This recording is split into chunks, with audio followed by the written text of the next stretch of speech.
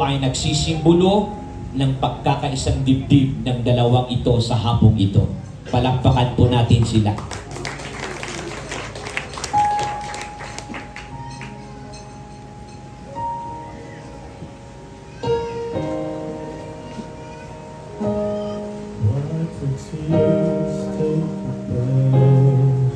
Lay your head on my chest. Let me hold you through the night. You can bring us down, but I still believe somehow it's all gonna be alright. Come on, make the heart strong. Will this life will be hard, but you and me won't. When the waters rise and we face the fire, we'll rest in our foundation, hand in hand on our knees, nothing between us, you, me, and Jesus. Okay, ating tinatawagan ang both parents nila ni Sir John and Nilda Grace na pumunta po rito. At the same time, tinatawag ko rin po kanilang pastor na lumapit din po dito. And let's all stand up. Tumayo po tayong lahat sa oras na ito. Sapagkat ito na po yung tamang oras upang ating hilingin ang basbas ng Diyos para sa kanila.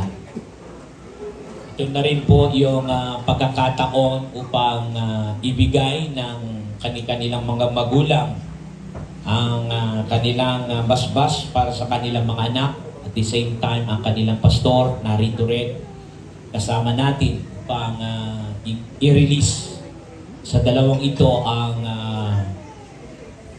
pagpapala mula sa ating Panginoon. So ngayon ating mga ulo tayong lahat ay magsipanalangin. At nais kong ilingin sa parents na ilagay po natin ang ating kamay sa kanilang mga balikat. And let's bow our head, let's pray. Dakilang Diyos, Ama, sa oras po na ito, kami ngayon ay sama-samang dumudulog sa iyo. Because we believe, O Lord God, that without you, we can do nothing. O Lord Jesus, here we are. At according to your word, sinabi mo, Panginoon, anumang bagay aming hilingin sa iyo ay iyong ipagkakaloob.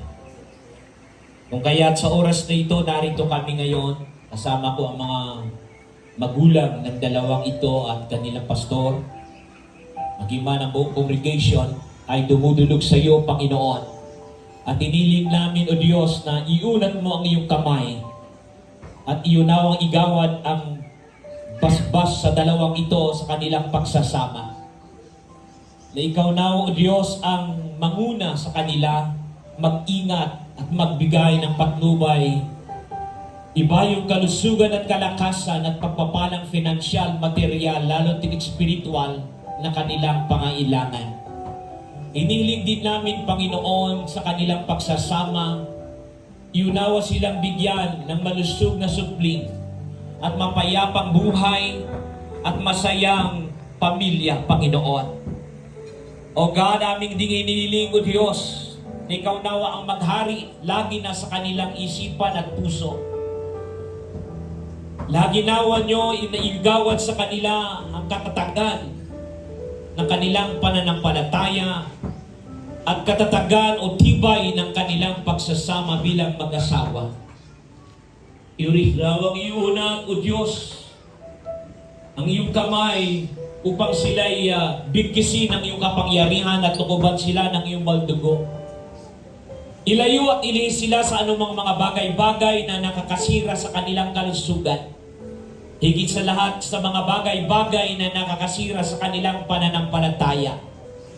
Igawad niyo lagi nawa sa kanilang dalawa at sa kanilang pagpapalawig sa pagbubuo ng kanilang pamilya. Iunawang igawad o Diyos ang peace and joy and gladness upon them, O Father. Bind them with spirit and with your power, O Lord Jesus. At maghari ka sa kanilang isip at puso. Pagpalain sila, O Panginoon. Glorify the name of the Lord sa kanilang pang-araw-araw na pangailangan. Iurinawang iabot at ipagkaloob. Ito man ay financial, material, lalo't spiritual na kanilang pangailangan.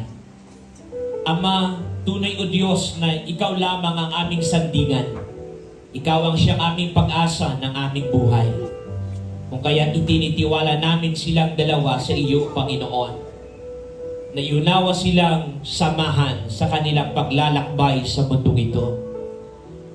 O Diyos na makapangyarihan, I do pray for their parents. Both of their parents, O Lord God, ay tulungan mo rin nawat gabayan, proteksyonan, ilayo't ilay sila sa anumang uri ng kapahamakan.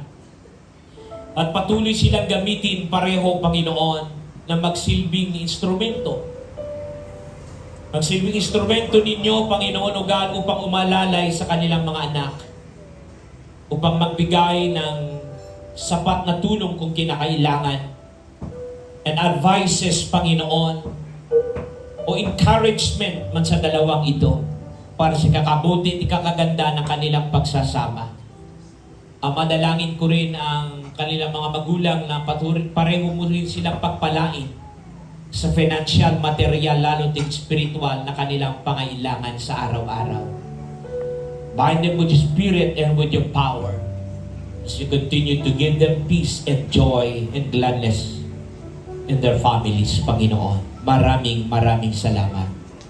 And even also, Lord God, sa mga sponsors na napili, Panginoon, I do pray for these sponsors na tulungan mo rin sila at gabayan at patuloy silang bigyan ng sapat na kalakasan at kalusugan, knowledge and wisdom, at sila'y magsilbing instrumento mo rin, Panginoon, bilang daluyan din ng pagpapala sa kanilang inaanak, Panginoon, sa oras na ito.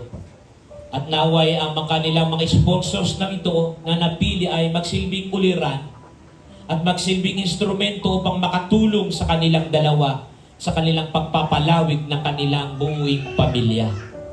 Pagpalain mo rin silang lahat at muling katagpuin, kasalubungin ng kanilang pangailangan sa araw-araw din naman.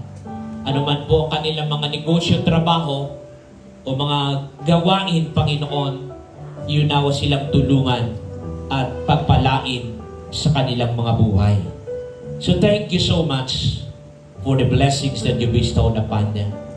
And right now, O Lord God, ang lahat ng ito, Panginoon, ay aming hinihiling sa iyong kataas-taasang pangalang Jesus na taga Nazareth. We ask all these things and everybody say, Amen. And everybody shout, God bless. Giselle John and Benelda Grace.